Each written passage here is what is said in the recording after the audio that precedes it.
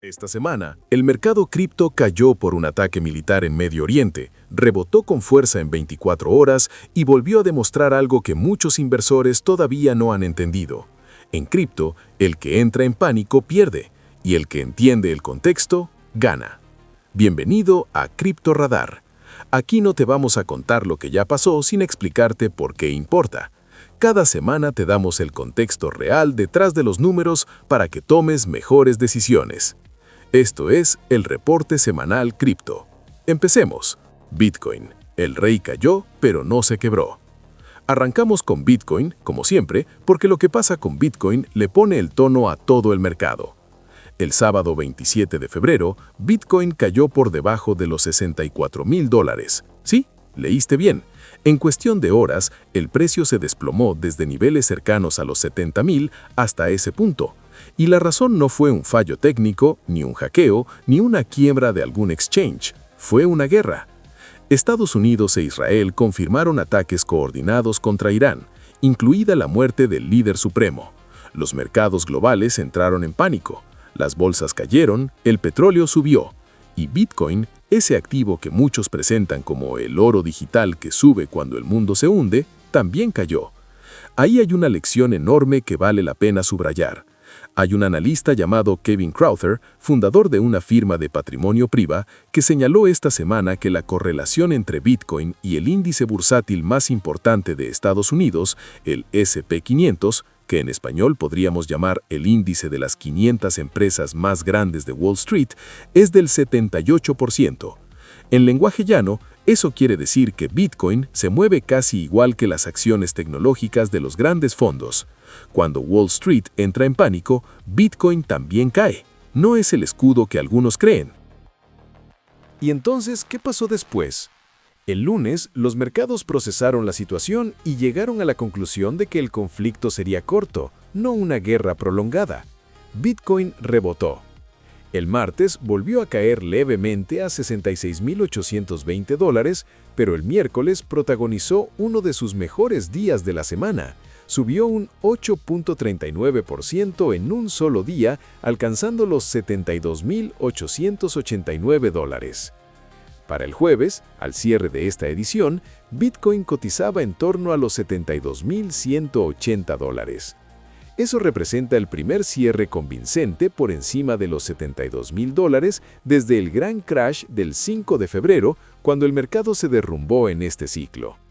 Pero hay algo más profundo detrás de estos números que tienes que entender. Desde su máximo histórico, que ocurrió en octubre de 2025, cuando Bitcoin llegó a $126,073, el precio ha caído cerca del 43%. Eso es mucho. Y sin embargo, hay algo curioso ocurriendo en silencio. Los grandes inversores, las llamadas ballenas del mercado, están comprando. Las carteras con entre 100,000 y 1 millón de bitcoins pasaron de tener 676,540 monedas a tener 690,000 en el mes de febrero. Mientras los pequeños inversores vendían asustados, los grandes acumulaban. Y la presión vendedora de los que llevan tiempo con sus monedas bajó un 87% en el mes. Pasó de representar la venta de 243,000 bitcoins el 5 de febrero a apenas 31,967 al 1 de marzo. Eso se llama acumulación. E históricamente, la acumulación de ballenas en correcciones profundas ha precedido los grandes movimientos al alza. Datos de referencia rápida para esta semana. Precio Bitcoin al jueves, $72,180. Capitalización del mercado, aproximadamente $1.46 billones. Porcentaje del mercado cripto total que representa Bitcoin, entre el 58 y 59%. Ethereum y Solana, la recuperación que no fue igual para todos. Hablemos ahora de las dos plataformas tecnológicas más importantes del ecosistema, porque esta semana sus movimientos cuentan historias muy distintas. Empecemos con Ethereum. El domingo 1 de marzo, cuando el mercado comenzó a recuperarse del susto geopolítico, Ethereum subió un 7.5% para acercarse de nuevo a los $2,000. Psicológicamente, ese nivel es muy importante. Para el jueves, Ethereum cotizaba en $2.114, la primera vez desde finales de febrero que supera ese umbral con consistencia. Ahora bien, hay que ser honestos con Ethereum porque sus seguidores merecen la verdad. En el ciclo anterior, cuando Bitcoin marcó su récord de $126.000, muchos analistas esperaban que Ethereum llegara a $10.000 o incluso $15.000. ¿Qué pasó en realidad? El máximo de Ethereum en este ciclo fue de alrededor de $4.955. Eso es menos de la mitad de lo que proyectaban los más optimistas. ¿Por qué? La respuesta corta es competencia. Ethereum ya no es la única plataforma de contratos inteligentes. Solana, Avalanche y otras redes le están quitando usuarios. Además, las comisiones de transacción en Ethereum siguen siendo más altas comparadas con alternativas, aunque las mejoras técnicas de las actualizaciones Spectra y Fusaka avanzan en esa dirección. Lo que sí tiene Ethereum que nadie le puede quitar es su posición como la plataforma de finanzas descentralizadas más robusta y con mayor historial de seguridad del ecosistema. Los fondos de inversión institucionales siguen entrando a través de los ETF, que en español serían fondos cotizados en bolsa de Ethereum. Y la cantidad de Ethereum bloqueado en contratos de participación en red, lo que se llama staking o apuesta en red, sigue creciendo. La perspectiva de precio para Ethereum en 2026, según el analista Germán Eduardo Rodríguez de Bloomberg Línea, es moderada y depende de tres catalizadores: mayor adopción de las finanzas descentralizadas, crecimiento en el staking y claridad regulatoria para sus ETF. Ahora pasamos a Solana, que esta semana fue la estrella indiscutible del mercado. El domingo, mientras Bitcoin subía un 5.2% y Ethereum un 7.5%, Solana se disparó un 10.8%, liderando a todos los grandes activos del mercado. Cerró esa jornada en $86.42. Para el jueves ya estaba en $89.91, con una ganancia semanal del 1.7%. En un mercado donde casi todo cerró en rojo o apenas empató, eso es notable. ¿Por qué Solana está comportándose mejor que sus competidores? Porque ya no es solo un activo especulativo, está convirtiéndose en infraestructura financiera real. La bolsa de derivados más importante de Chicago, el CME, que en español sería la Bolsa Mercantil de Chicago, ya ofrece contratos de futuros y opciones sobre Solana. Eso significa que los inversores institucionales sofisticados ya pueden apostar a favor o en contra de su precio de manera regulada. BlackRock, la gestora de activos más grande del mundo, y Franklin Templeton, otra firma de inversión de primer nivel, están usando la infraestructura de Solana para tokenizar activos del mundo real. En español, están convirtiendo cosas como bonos, fondos o propiedades en tokens digitales que operan sobre la red de Solana. Eso no es especulación, es negocio real. Y el estado de Wyoming, en Estados Unidos, ha elegido a Solana como la plataforma sobre la que desarrollará su propia moneda estable oficial. Todo eso le da a Solana algo que pocas criptomonedas tienen: respaldo institucional concreto, no solo promesas. Datos de referencia rápida. Precio Ethereum al jueves, $2.114. Precio Solana al jueves, $89.91.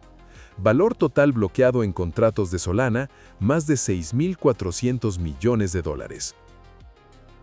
XRP, la moneda que sobrevivió una guerra legal de 5 años.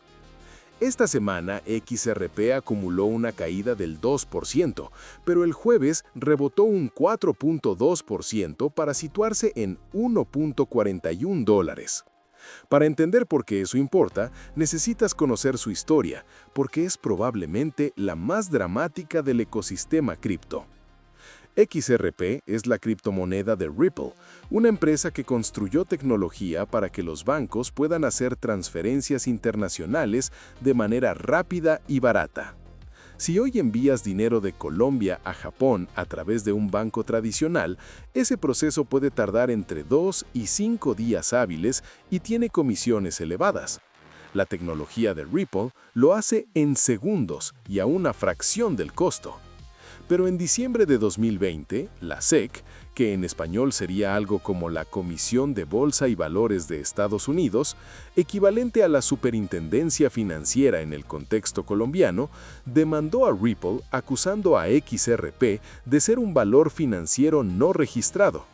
En términos simples, los acusaron de haber vendido XRP como si fuera una acción de empresa sin cumplir las regulaciones.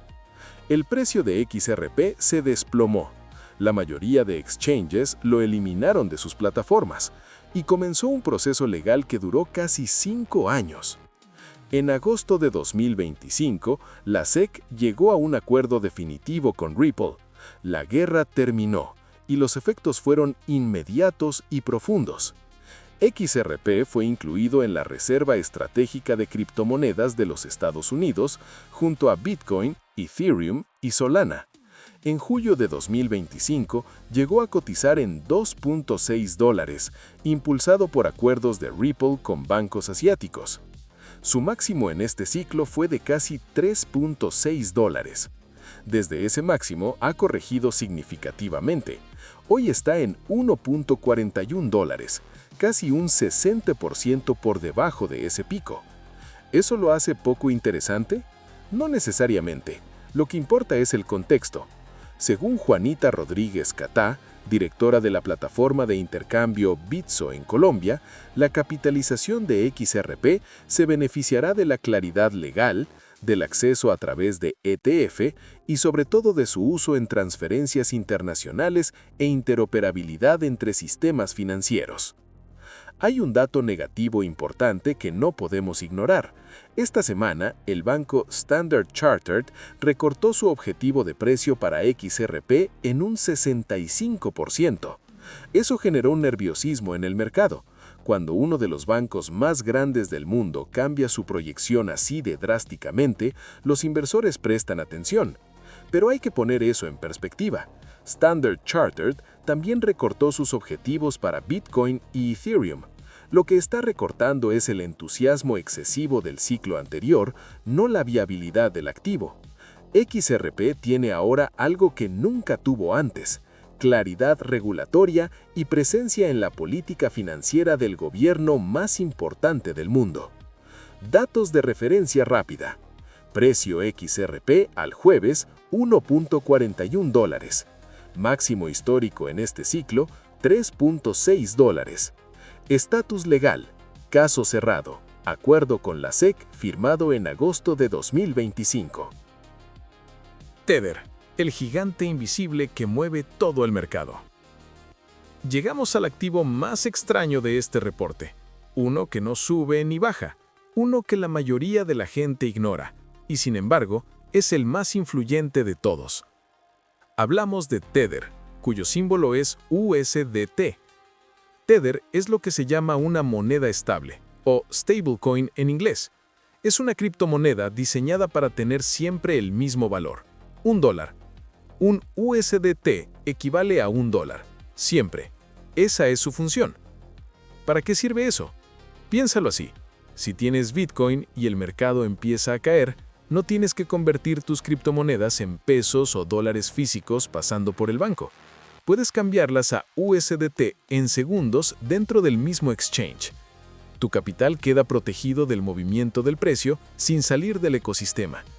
Cuando quieras volver a comprar, ya tienes el dinero listo. Esa utilidad lo convirtió en la arteria principal por donde fluye la liquidez de todo el mercado cripto. Los números de Tether esta semana son simplemente difíciles de procesar. Capitalización de mercado: $183.750 millones. Para dar esa cifra en contexto, el Producto Interno Bruto de Colombia en 2024 fue de aproximadamente $350.000 millones. Tether vale más de la mitad de toda la economía colombiana en un año. Volumen de operaciones diario: $112.090 millones. Eso significa que cada día se mueven más de $112.000 millones usando Tether como intermediario, más que el volumen diario de muchas bolsas de valores tradicionales. Usuarios activos al mes: 24.8 millones de personas en el mundo. Dominio del mercado de monedas estables: el 60.68%. El mercado global de stablecoins supera los 317 mil millones de dólares y Tether controla más de la mitad. Ahora, ¿qué pasó con Tether esta semana que vale la pena destacar? Dos noticias grandes. La primera, Tether y su socio, Anchorage Digital Bank, publicaron el primer informe de reservas auditado por Deloitte para su nueva moneda estable llamada USDM. ¿Por qué eso importa tanto? Porque Deloitte es una de las 4 firmas de auditoría más grandes y respetadas del mundo. El hecho de que firme un informe de reservas para una entidad del ecosistema Tether es históricamente relevante. Durante años, Tether fue criticado por no tener auditorías externas creíbles. Ese cuestionamiento fue uno de los principales argumentos de sus detractores. La USST es la nueva moneda estable de Tether diseñada para operar bajo la ley Genius promulgada en Estados Unidos en julio de 2025. Esta ley establece reglas claras para quién puede emitir monedas estables en territorio estadounidense. Las reservas deben ser de alta calidad, supervisadas federalmente y auditadas. Tether está cumpliendo esos requisitos. El informe de Deloitte confirmó reservas de 17.6 millones de dólares respaldando 17.5 millones de tokens. Las reservas se componen de efectivo y acuerdos de recompra con bonos del Tesoro de los Estados Unidos como respaldo. Las cifras son pequeñas comparadas con USDT, pero el mensaje es enorme. Tether quiere operar legalmente en el mercado estadounidense y está dispuesta a someterse a las reglas para hacerlo. En Europa, la historia es diferente.